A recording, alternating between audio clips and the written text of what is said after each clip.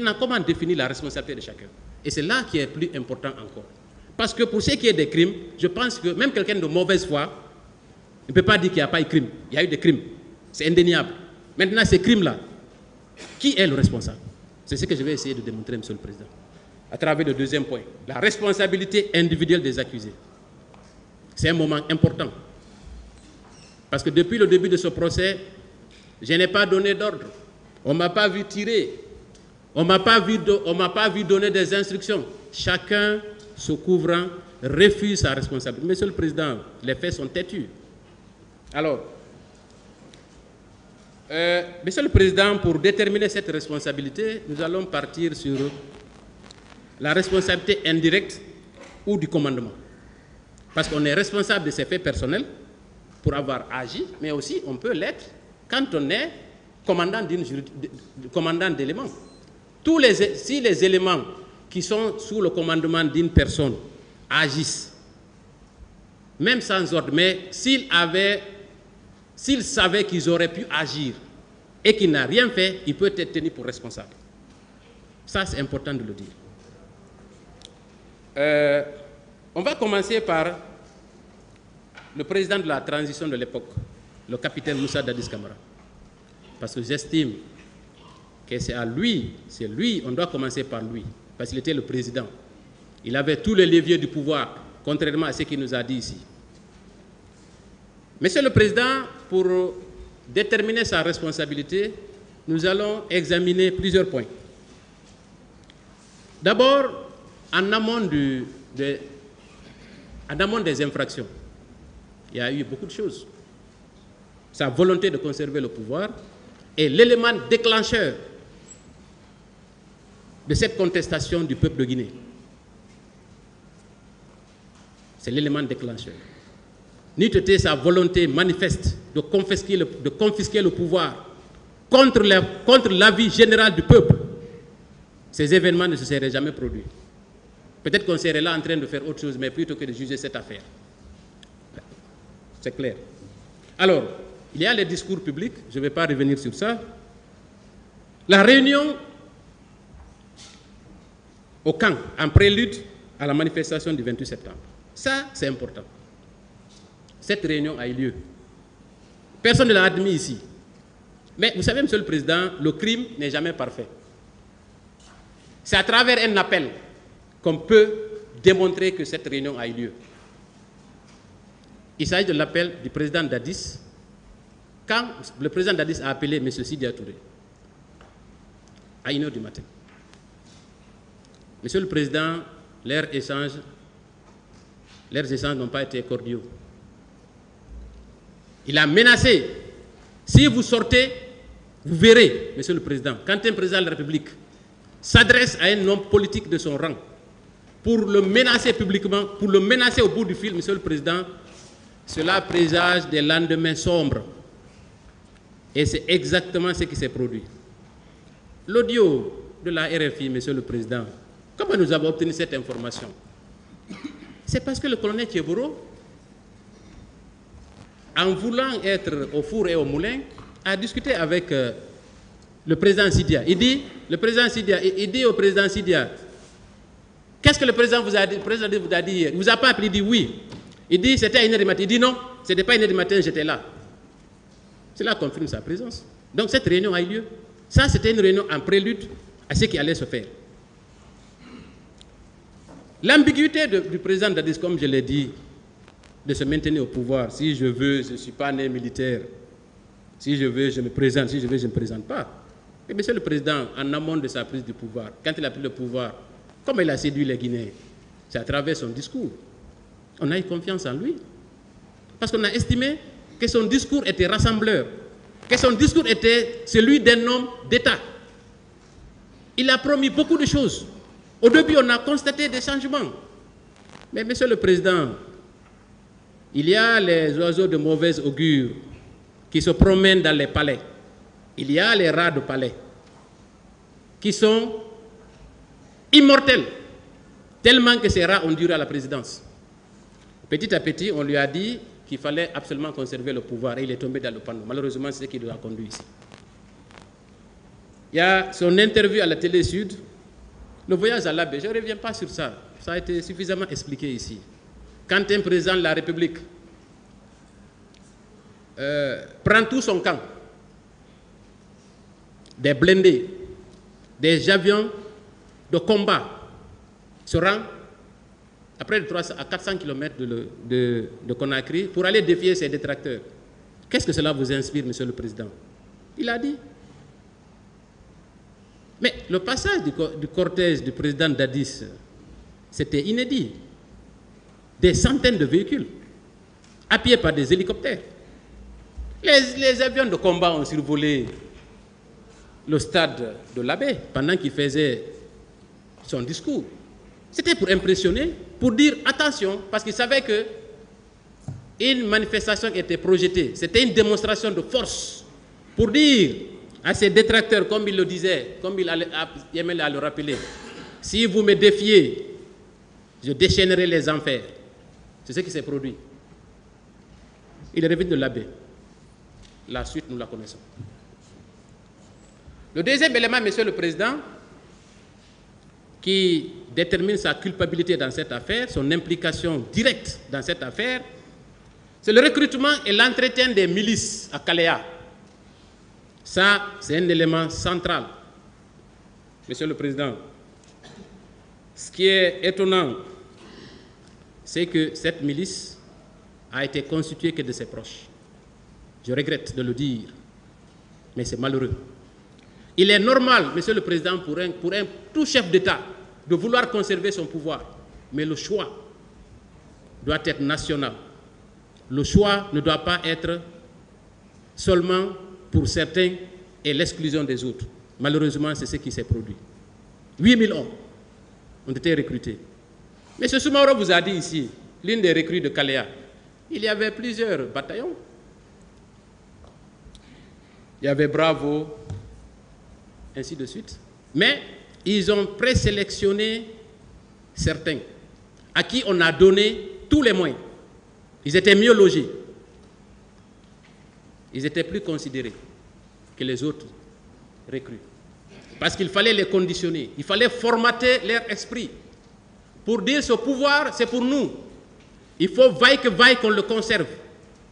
Même au prix d'innombrables victimes, il fallait conserver le pouvoir. Vous savez, Monsieur le Président, l'être humain est faible. Quand un discours est tenu par un homme politique d'une éloquence inégalée, les hommes tombent sous son charme. C'est ce qui s'est produit. Nous avons vu des grands meurtriers. Mussolini, il haranguait la foule. Adolf Hitler, qui haranguait des foules. Monsieur le Président, ils ont formaté l'esprit de ces recrues. Et ils ont été préparés à la conservation du pouvoir. Voilà, Monsieur le Président. Soumaoro l'a dit, lui, il était parmi ces recrues. Et pour entretenir ces recrues, Monsieur le Président, ce n'est pas n'importe qui s'est chargé de leur entretien. Il s'agit de Gono Sangare, l'intendant particulier du président. Parce qu'il faut donner les fonds à celui qui va les utiliser selon la volonté du chef. Il ne fallait pas sous-traiter ça. C'est Gono Sangare qui s'en est occupé. Aujourd'hui, il est en cavale. Pourquoi? Parce qu'il sait que ces recrues-là avaient été mobilisés justement pour une cause très, très obscure. Et ils l'ont accompli, malheureusement. Monsieur le Président, ces recrues également étaient supervisées par le colonel Blaise Gomo. Merci du regard pour cette phrase, mais je la maintiens. Ces recrues étaient supervisées par le colonel Blaise Gomo. Cela a été dit ici. Tout le monde le sait. Il a déposé des documents ici, faisant état de sa nomination aux services spéciaux. Mais, Monsieur le Président, que valent ces documents face à un témoignage concret de quelqu'un qui était là-bas? Il vivait avec ses recrues. Il a dit, le jour des événements, c'est le colonel Blaise Gomo qui est venu lire la liste de ceux qui avaient été recrutés. Parce que parmi aussi, ceux qui avaient été retenus, il fallait aussi peut-être choisir les plus bruts. Ceux qui pouvaient agir sans réfléchir. Parce que, Monsieur le Président, pour violer une femme en plein, à ciel ouvert, retourner chez soi, aller voir ses enfants, manger et dormir, il faut que ce soit quelqu'un qui soit impitoyable. Donc, il fallait choisir spécialement des individus capables d'une telle barbarie qu'on n'allait pas regretter de les avoir choisis. Ils ont été choisis et envoyés au camp. Je reviendrai aussi sur ce point. Monsieur le Président, ces miliciens-là ont été envoyés au camp par Joseph Makambo pour infiltrer, au stade, pardon, pour infiltrer la foule. Ces recrues-là qui avaient été choisis ont été infiltrés au stade. Monsieur le Président, voilà quelque chose qui me taraude l'esprit, qui me choque. Quand on a rebaptisé le camp Koundara, camp Makambo, Monsieur le Président, ce camp a une histoire sinistre dans les événements du 28 septembre. Et l'un des artisans de ces massacres, c'est justement Joseph Makambo. Monsieur le Président, à chaque fois que les victimes passent devant ce camp, se rappellent des tortures qu'elles ont subies par la faute, entre autres, de Joseph Makambo, et que ce lieu soit baptisé Joseph Makambo, c'est une insulte à leur mémoire. Monsieur le Président, c'est inadmissible. Il a tué des gens. C'est lui qui a envoyé les infiltrés au stade, qui ont causé d'énormes massacres. Le capitaine Toumba l'a dit, Monsieur le Président, comment peut-on donner le nom de ce camp à ce monsieur? J'aurais souhaité qu'il soit en vie, honnêtement, pour qu'il réponde de ses actes ici. Ces recrues ont causé des souffrances inimaginables. Monsieur le Président, ils ont éventré des gens. Comment ce camp peut-il porter son nom?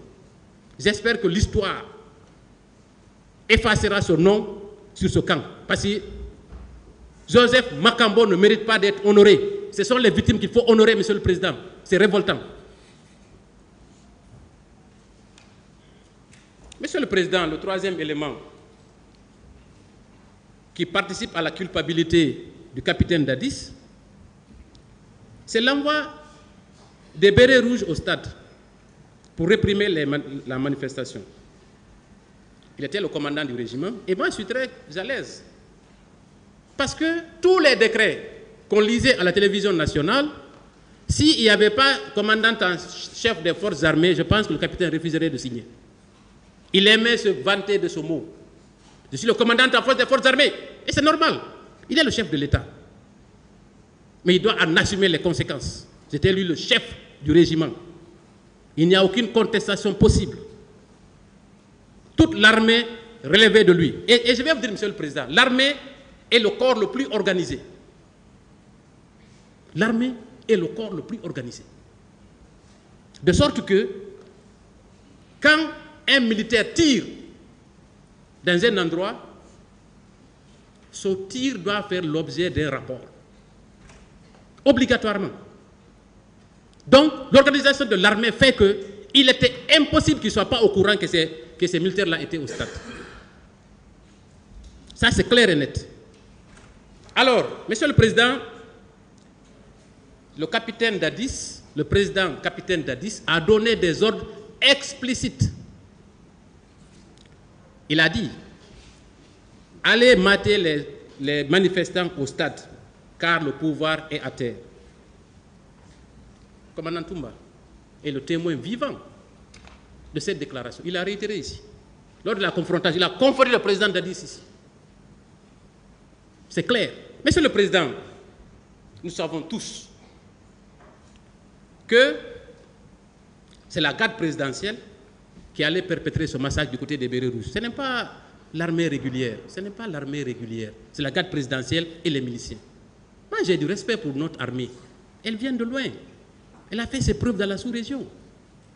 C'est une armée dont on doit être fier, même si en son sein, elle a été pervertie par des pratiques néfastes. Mais dans l'ensemble, nous avons des soldats vaillants.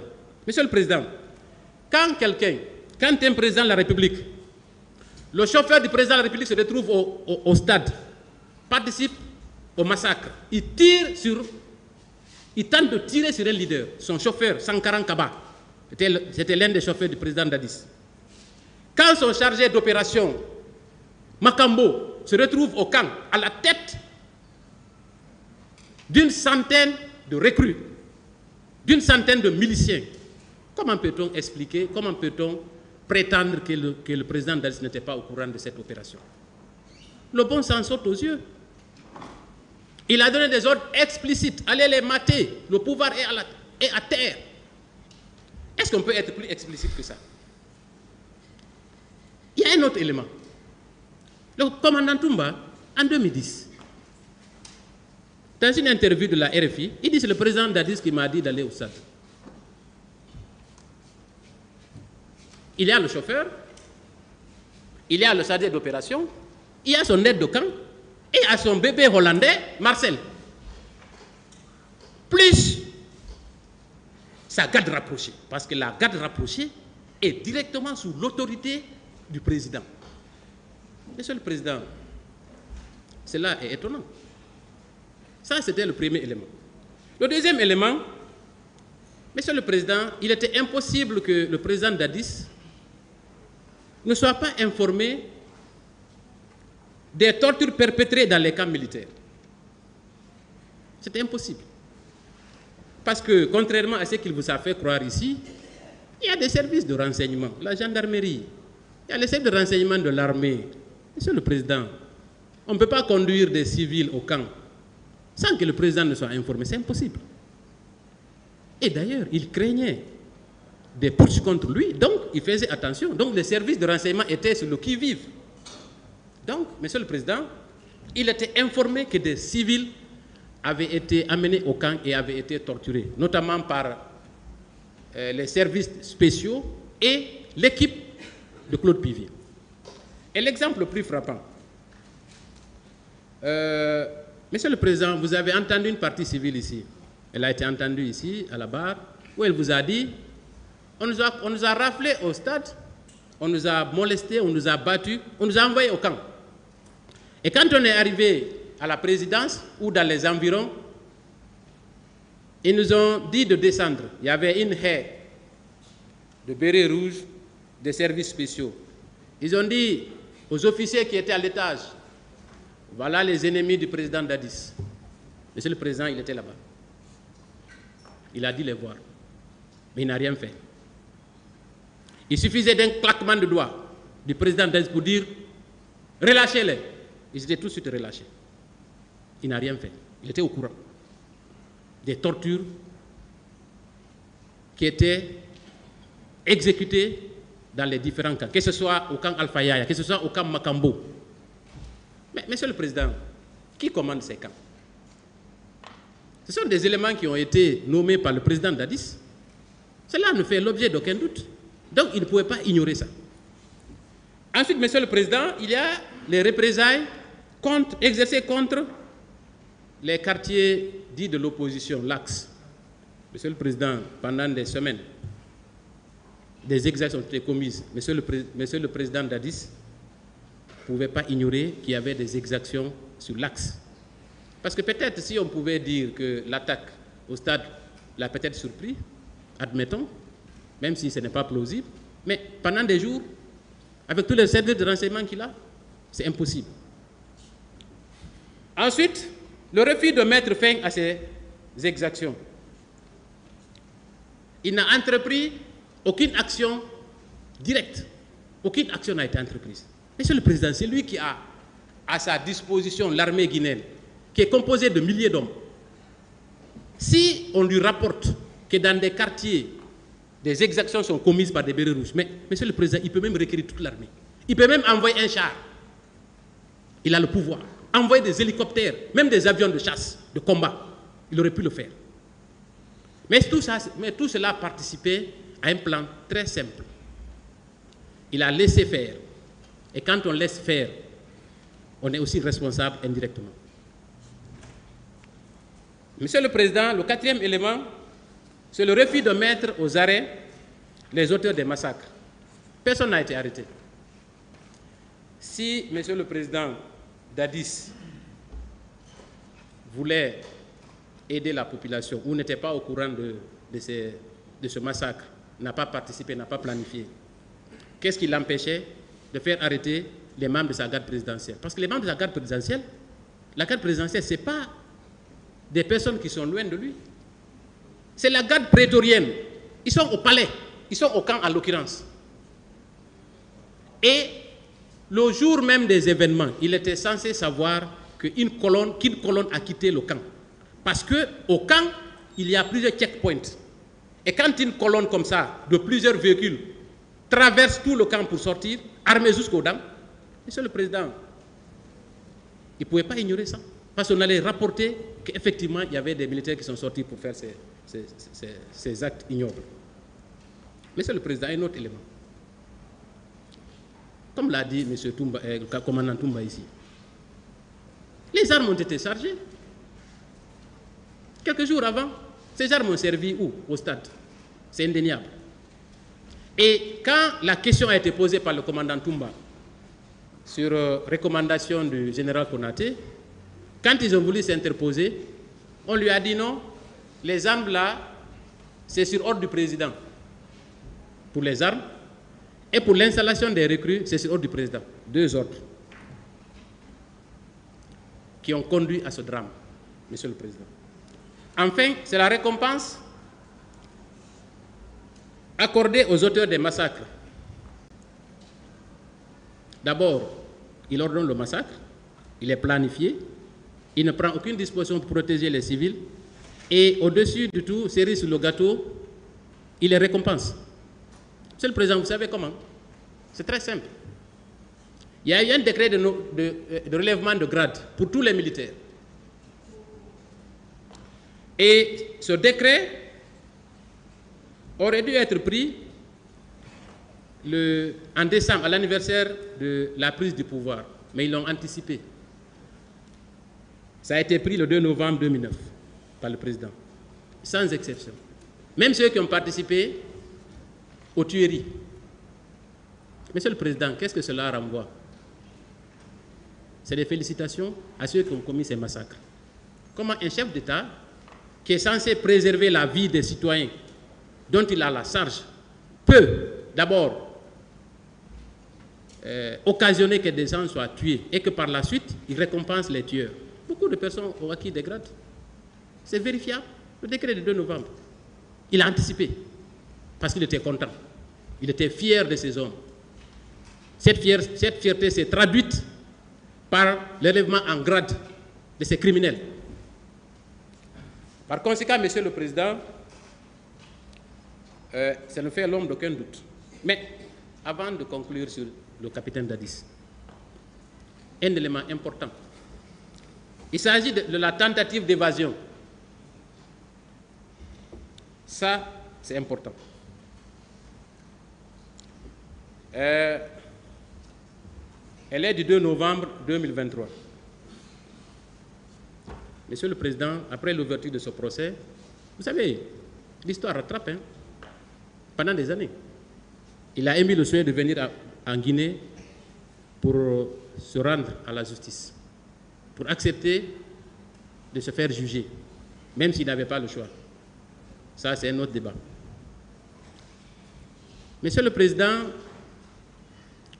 il a voulu se soustraire de ses responsabilités.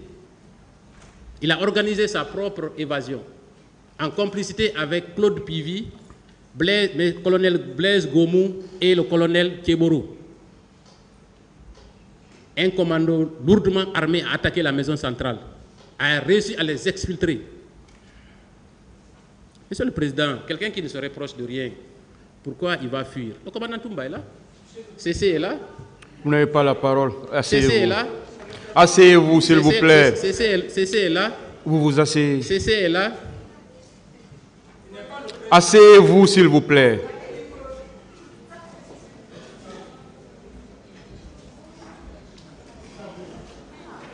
Calmez-vous.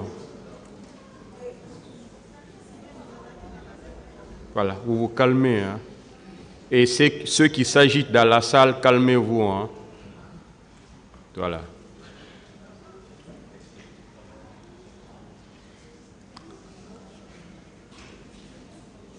Vous le laissez parler, s'il vous plaît. Voilà. Merci, Monsieur le Président. Quand il dit des choses qu'il ne doit pas dire, le tribunal l'arrêtera. Voilà, ce qui n'est pas le cas pour le moment, s'il vous plaît. Merci, Monsieur le Président. Comme je disais tantôt, le président Dadis, en complicité avec Claude Pivy, le fugitif, colonel Tcheboro et le colonel Blaise Gomou, ont organisé leur propre évasion. Nous avons vu dans les images comment ce commando lourdement armé a pu pénétrer la maison centrale et les exfiltrer. Monsieur le Président, il a voulu se soustraire de sa responsabilité dans cette affaire. Il y a plusieurs qualificatifs que j'aurais pu employer, mais je me réserve, parce que je ne veux pas de prétexte pour le trouble de l'audience. Les arguments avancés par la défense. On a été forcé de quitter la maison centrale. Mais Monsieur le Président, nous ne sommes pas... C'est quand même étonnant. Il y a 11 accusés. Pourquoi c'est les 4 qui ont fui?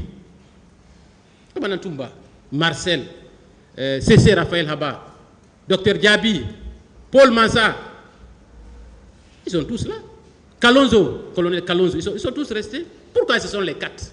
Monsieur le Président, ils se sont rendus compte que leur plan avait foiré et les 3 sont retournés en prison. Ils ont été arrêtés et remenés en prison. Je le dirai. Alors, Monsieur le Président, donc,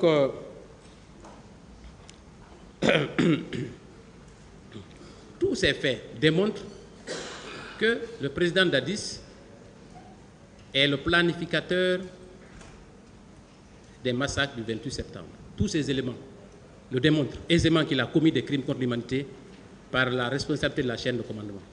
Parce que ceux qui ont agi étaient directement sous son commandement.